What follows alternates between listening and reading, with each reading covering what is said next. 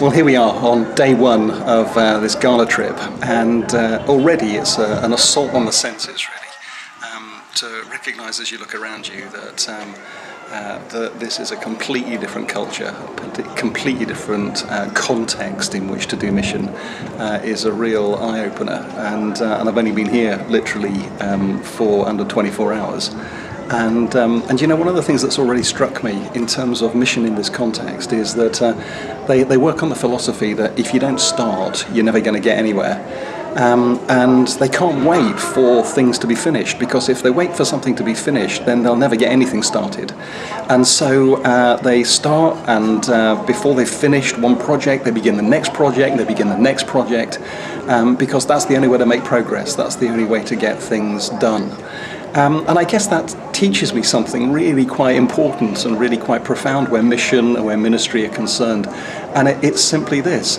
Too often in our churches in the UK, we have a tendency not to start anything because we don't know how it's going to finish. We don't know how it's going to be completed. And we think that it's better not to start than actually to never find out what the final outcome is going to be.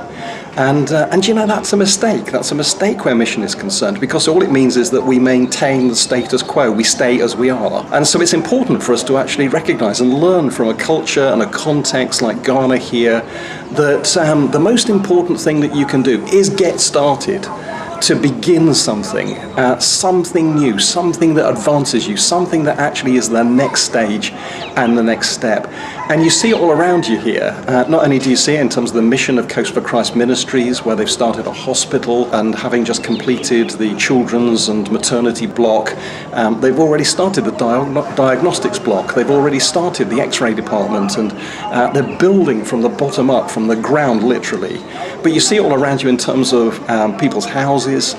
Just to my right, there's a family living in a very traditional way, in the open effectively, cooking over a log fire and washing in just a small enclosure. And then right next to them there's a couple that are living in what we would consider to be a derelict garage, well, 4 derelict garages, one of which has got a roof over it, and 2 or 3 haven't. And then right behind that there's a guy who's built what is pretty much a mansion.